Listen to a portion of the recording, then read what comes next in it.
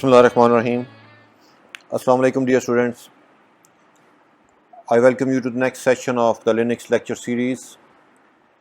Today we are going to talk about IO redirection. Let's start playing IO redirection. So what do you mean by IO redirection? We have discussed many a times, and I have said it, that in UNIX everything is a file. Let me rub it.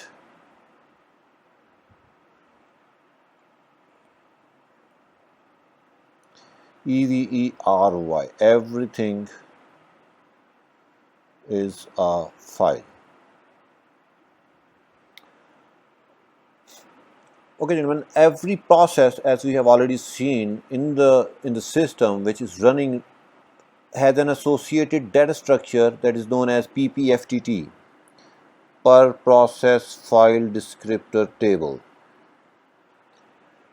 This is a table which keeps track of all those files which a process has opened at any instant of time. Let me draw this table for you.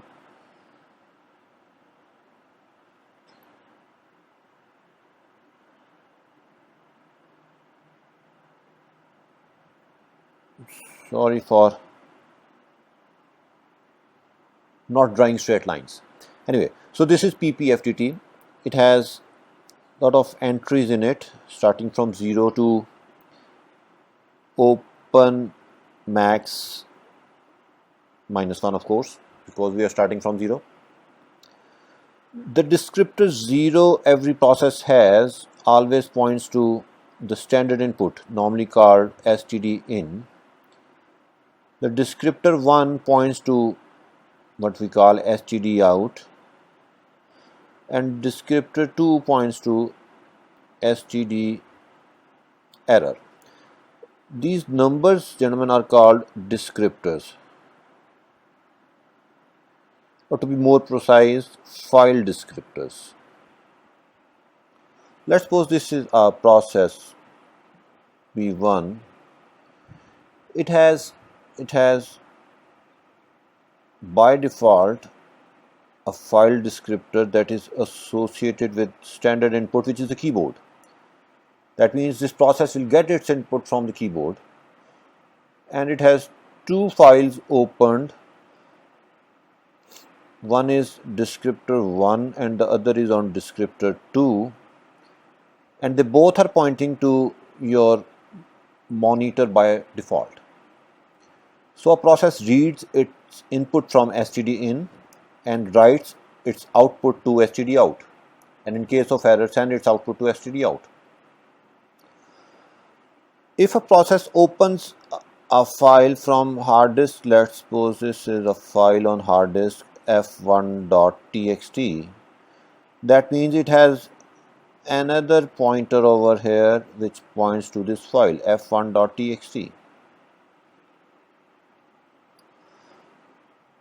So if this process wants to read from this file, it will read from descriptor 3, and this process goes on and on and on.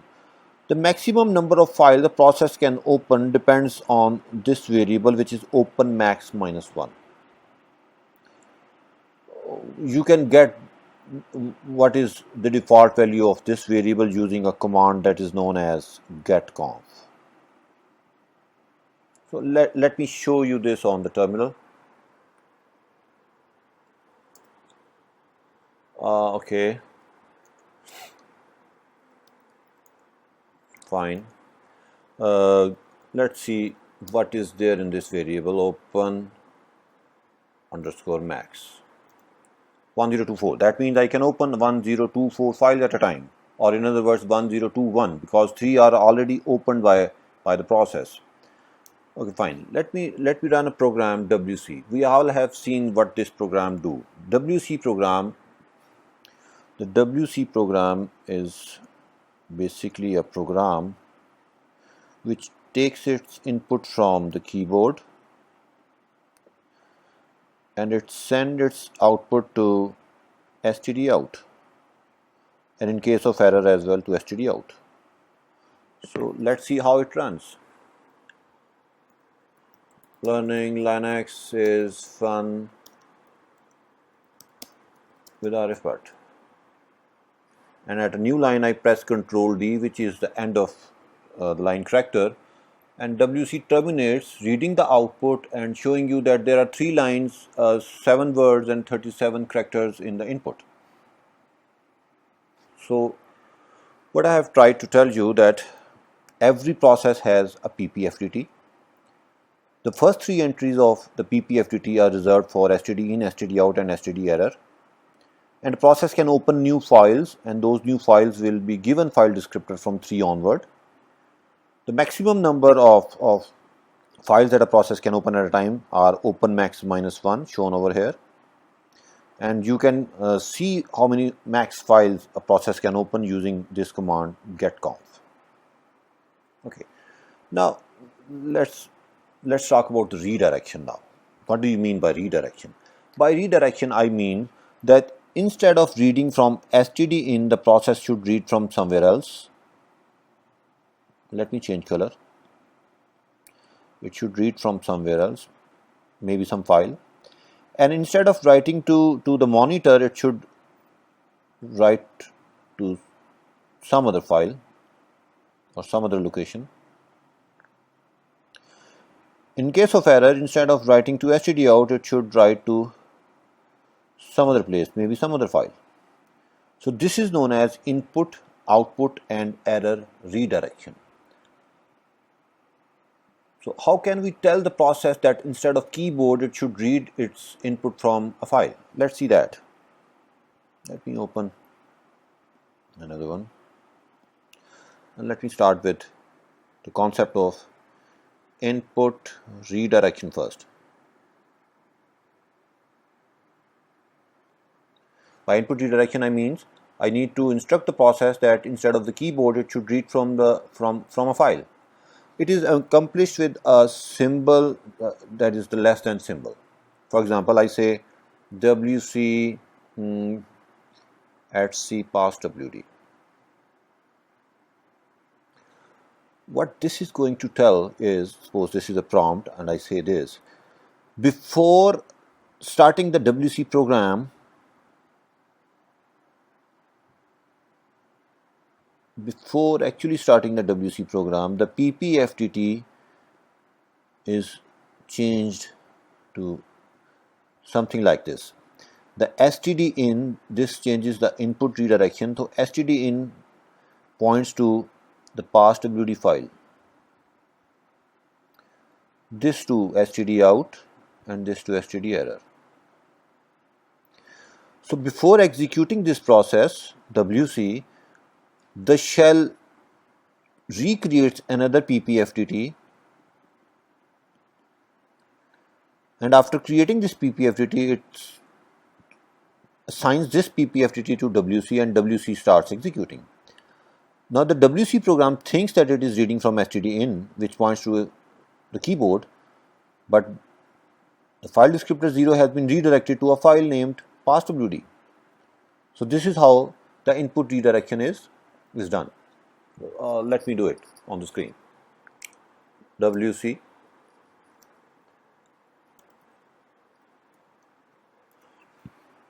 now you see the WC has opened this file at descriptor 0 and generated the result. Now there is a difference between this command and this command.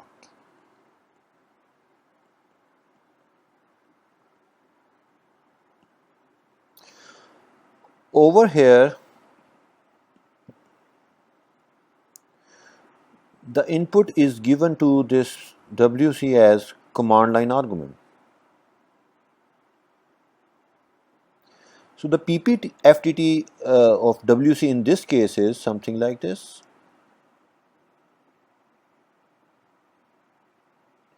std 0 points to std in, 1 points to std out, 2 points to std error as usual, and this file is opened at descriptor 3. That is, the password file this time has been opened to descriptor 3. So no IO redirection is done in this case. No IO redirection in this case. No redirection. So these two things are of course different.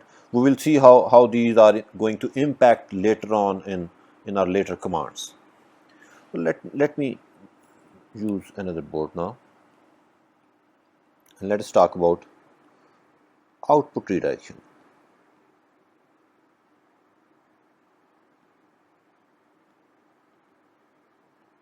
By output redirection, I mean instruct the process that instead of the VDU or the monitor, it should send its output to a file instead. It is accomplished by a greater than sign. Let me see.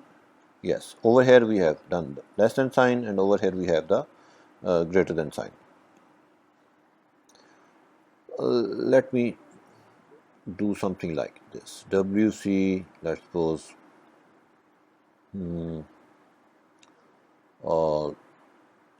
okay, F1. Now what WC program will do, instead of reading from the keyboard, it will read from a file F1, and of course it will send its output as well as error on std out or the monitor. Its PPFDT will something look like this. 0 will point to std in as usual. Sorry, I've done a bit wrong.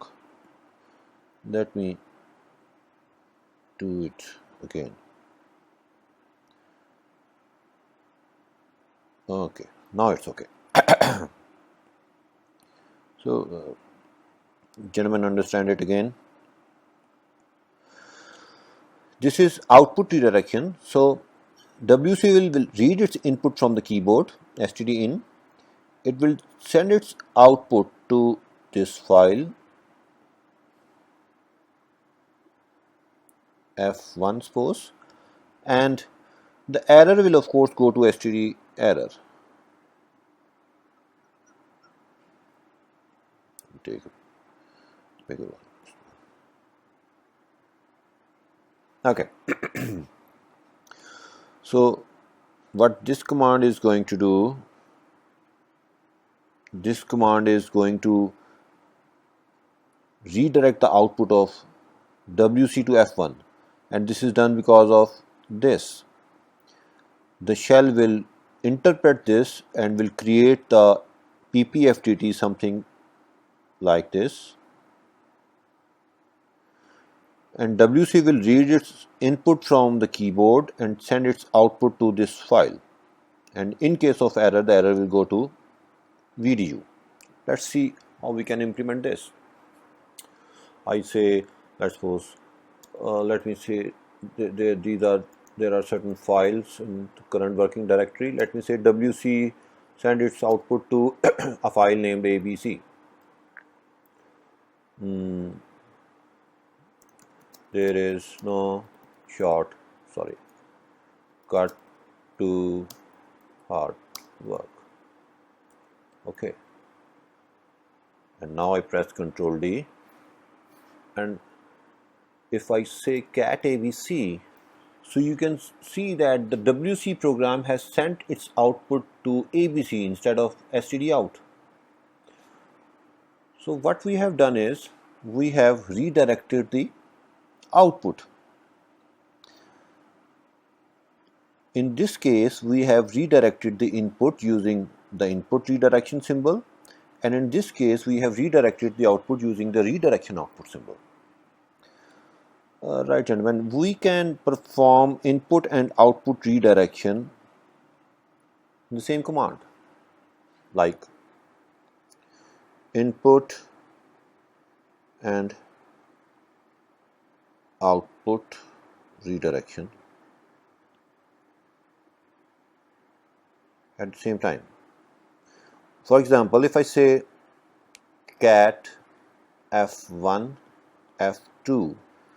This means that the CAD program should read its input from file F1 and send its output to F2. Over here, the PPFDT of the CAD program will be something like 0 will point to F1 file instead of keyboard or std in, 1 will point to F2 file, and 2 will point to, of course, std error. Now at times you want to append the data in a file.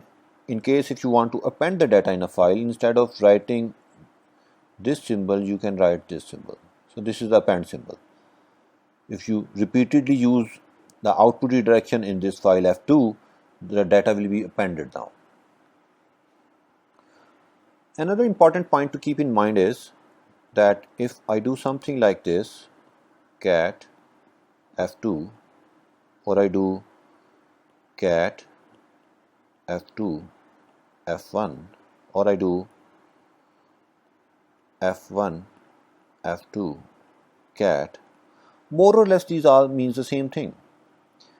The shell will parse these commands from left to right, and finally it will perform the input as well as the output redirection. So this symbol is interpreted by the shell as input redirection, and this symbol is interpreted by the shell as output redirection. Now gentlemen, there is a question I would like you to find out the answer of, that is, what is the difference between CP F1 F2 and cat F1 F2? So if we do something like this, the contents of F1 will be copied to contents of F2. If we do something like this, contents of F1 will be written in F2. So what is the difference between these two? Please find out. I hope it will be informative for you all. Anyway, so let me move ahead. Let me move ahead to the error redirection. The third thing is error redirection.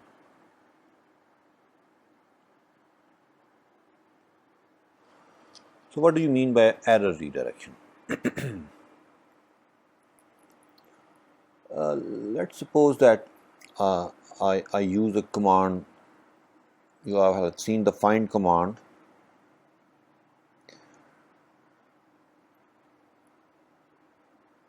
Okay.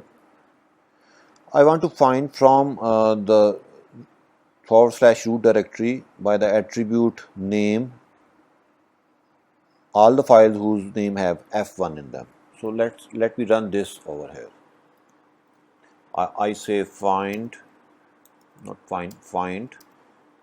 by the name attribute a file named F1. So you see lot of messages in front of you. You can find some output messages and some permission denied messages. So lot of messages. You see, yes. This is an output message. This is another output message, but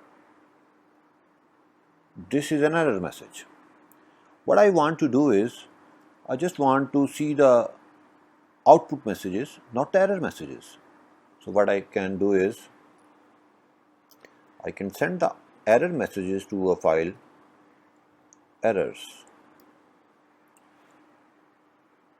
Now you see, I have given this command over here, and I have told that send the errors to a file errors. Now you only see the output messages. And if I do something like this,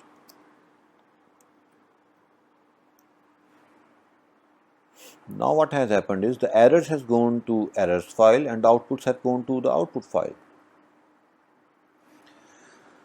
So over here the PPFDT is something like this. If I use find name F1 errors, So 0, 1, 2, this points to again std in, this points to std out, and 2 points to std error, or not now std error, now to the error file. This is the error file. So you won't get the errors over here. And if you write over here something like this, find -name f1 errors output. So what will happen is the std out pointer will point to the output file this time, if we have done something like this as well. So gentlemen, you can do input redirection, you can do output redirection, you can do error redirection, and you can do all of them in one go. Here I will like to mention an important file, that is /div/null.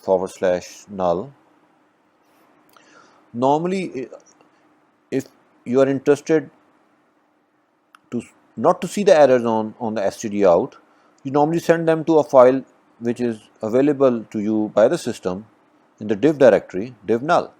So instead of writing this, you write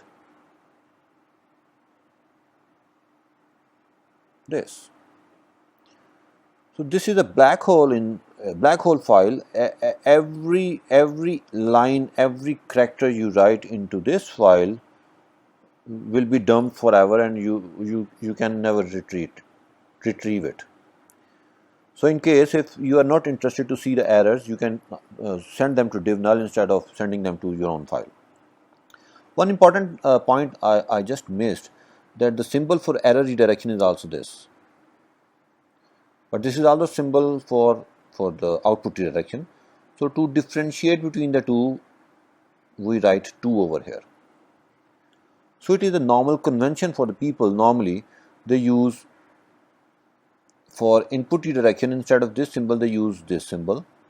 For output, instead of this symbol they use this symbol, and for error they use this symbol. To redirect the error, this is mandatory to write the descriptor 2, but for input and for output you may omit these numbers. Okay, fine gentlemen. So let's talk about input, output and errors redirection in one command and discuss some more issues with them. Okay.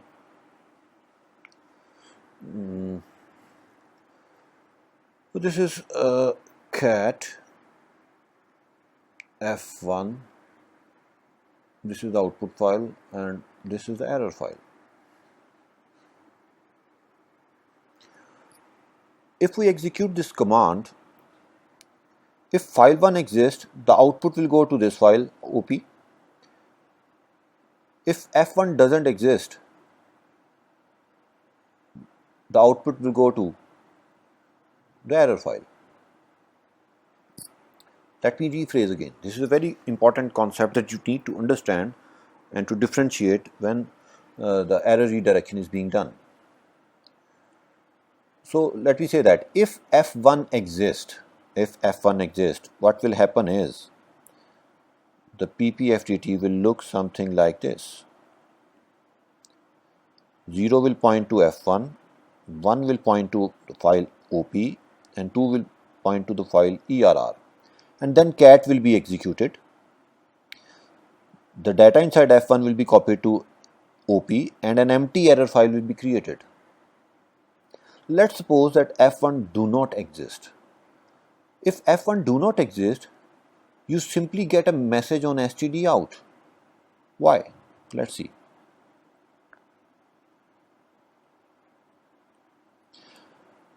Std in, std out, okay, std error. Let's suppose that you run this command, the default PPFDT is this. Once the shell checks this portion, this token, it tries to redirect the input to f1. it tries to redirect the input to a file f1, which is not found. F1 is not there. So before the shell performs these tasks and changes these descriptors as well, the error is generated. So the error will go to stdout because 2 is pointed to stdout. This is a very important concept, gentlemen. So in this case, if f1 doesn't exist, if you run this command, no output or no error file will be generated and the error will go to stdout. What I want you to do is try running these commands.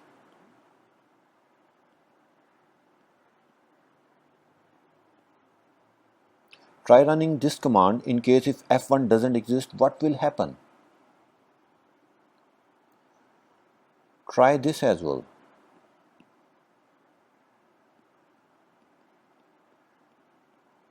If f1 doesn't exist, what will happen? Will the output file be created? Will the error file be created? What will go in which file? Try this as well.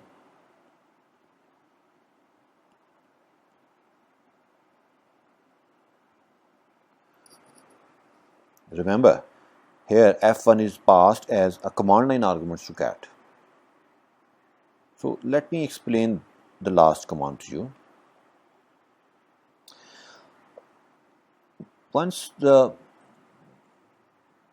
this command is executed by the shell, and let's suppose that f1 does not exist, what will happen? Remember, f1 is passed as command line arguments to the cat program. So before the cat program executes, the PPFDT something looks like this. 0 points to std in. 1 has been redirected to a file op. 2 has been redirected to a file r. Now f1 is passed as a command line argument to cat. So another file descriptor 3 which tries to go to f1, but f1 is not found. So now the f1 is not found. Where does the error will go? So error will go to descriptor 2 which points to this file. So that means before the cat program tries to open f1, the shell has already redirected its output and error to these files. So the error will go to this file.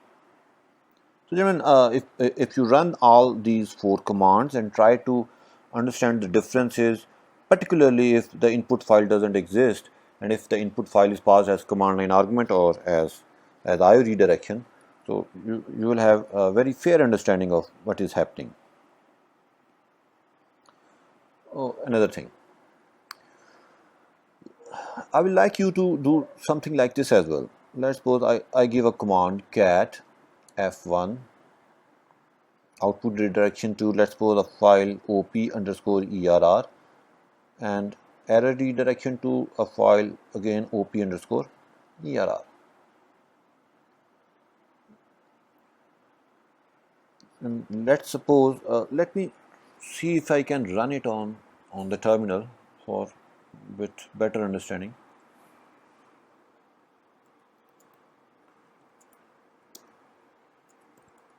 Okay, I have a file.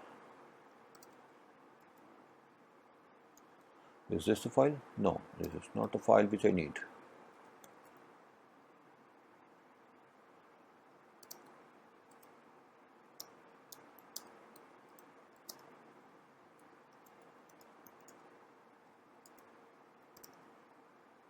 Okay, in the present working directory, there is only one file, f1, which contains about 6 lines. The contents of file f1 are shown on the slide. Now, there is no file f2, there is no file f3, there is no other file in this directory. Okay, now if I run a command something like this, I pass 3 file names to the cat program, f1, f2, f3, and I perform the output redirection to a file op_err, and I do the error redirection as well to a file, to the same file op_err, and I press enter. now what has happened is the OPERR has been created. I want to know what are the contents of OPERR. Remember, F2 and F3 do not exist. What are the contents of OPERR? So let me see what are the contents of OPERR. So OPERR is overwritten by the error messages as well as the contents of F1 as well. So anyone who can describe what happens over here, so it is $100 question. Anybody can describe this, write it on a paper, draw the diagrams and send it to me to get some bonus marks. Okay, so last thing, gentlemen, the concept of copy descriptor. Copy descriptor.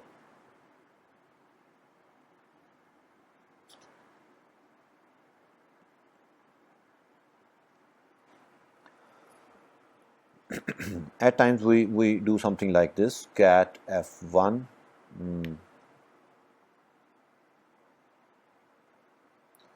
I want to send the output to this file, and I want to send the error as well to this file, and of course I want to append.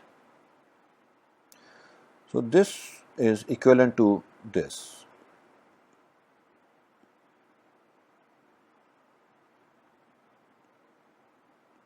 This says make descriptor 2 a copy of descriptor 1. So after this, the PPFDT will be somewhat looking like this. STD in will of course is not redirected, so it will point to the keyboard, that is STD in. STD out will point to, of course, a file named op_err, and we will make 2 a copy of descriptor 1. So this is what will happen once you execute this command. So in this case, gentlemen, if the file f1 do not exist, can anybody tell me where the error will go? So if f1 do not exist, the error message will go to OPERR, because std out and std error both are pointing to this file. However, if I do something like this,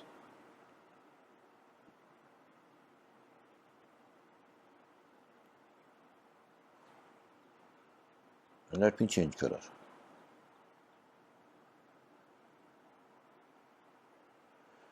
In this case, if f1 do not exist, the error message will go to std out and an empty OPERR error file will be created. In this case, if f1 do not exist, error message will go to a file op_err, while in this case, the second one, if f1 do not exist, the error message will go to std out and an empty op error file will be created. So gentlemen, I hope you must be understanding the difference between these two, because in this case the copy is done before the output is redirected. Over here the output is redirected first and then the copy is done. So this is very important topic, gentlemen. Let me write a few more commands for you.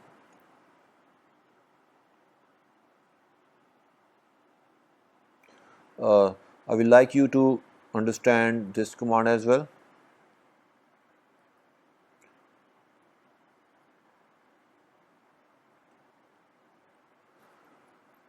And what will happen if you do something like this?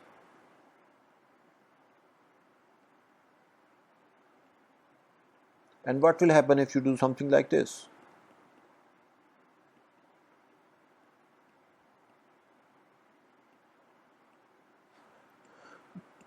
Remember, over here the copy descriptor to make to a copy of 1 is done at the end. Over here it is done in the very beginning, and over here it is done in the middle. So best way to understand this is to draw their PPFDT and understand where the error and where the output will go in case if F1 exists or if F1 do not exist. So right gentlemen, that was all for today. What we have done today is, let me briefly tell you what we have done today. We have done basically covered the topic of I/O redirection. I have tried to describe what input, output and error redirection is, and okay, yellow. And I have said that there is a very important structure with every process, that is PPFDT, which is a per process file descriptor table, and every process has 3 files by default open, which are std in, std out and std error, with on the descriptors 0, 1 and 2. And after that, if any process opens in another file, it is given a descriptor 3 and 4 and 5 and so on to open max -1 finally. So this is a kernel variable which contains the maximum number of files a process can open at any instant of time. So instead of reading from std in and writing to std out and writing on std error, a process can decide to redirect its input from a file. So this is redirection, and this is also redirection to a file, output redirection, and this is redirection to a file, error redirection. Over here we have talked about the input redirection. This is the symbol for input redirection, less than sign. Over here we have talked about the output redirection. This is the symbol for output redirection. Over here I have tried to redirect the input as well as output in single command, and I have also introduced the append symbol for output. And here we have done the error redirection, and I have introduced a new file, dev null, to which you can send your error messages in which you are not interested to see later. So this is a black hole in which everything goes and nothing comes out. And over here I have given you some brain teaser commands to differentiate between what will happen if the input, output and error redirections are not done in the same sequence. For example, over here the input redirection is done first, over here the output redirection is done first, over here the error redirection is done first, and over here the file name is passed as a command line arguments to the CAD program instead of the input redirection. So what are the difference between all these? And over here as well I have asked you the similar question, and over here as well I have introduced you the idea of copy descriptor. So the idea of copy descriptor is that this symbol, not this symbol, this symbol, which says make to a copy of 1. And over here, yes, over here I have told you that this is very critical, that input is redirected, output is redirected, and now I am saying make to a copy of 1. That now 2 will be pointing to what 1 is pointing to. Over here I am saying make to a copy of 1, 1 is pointing to std out, 2 will also point to std out, and then I am saying that redirect the output and redirect the input. Over here the sequence is a bit different. So all these 3 commands behave differently in case the input and the output files exist or they do not. So gentlemen, hope this was informative, and see you next time inshallah ta'ala, where I will come up with some other important concept or subject. I wish you all the best and happy learning. जहाँ का सबात है तुम ही से ऐ मुजा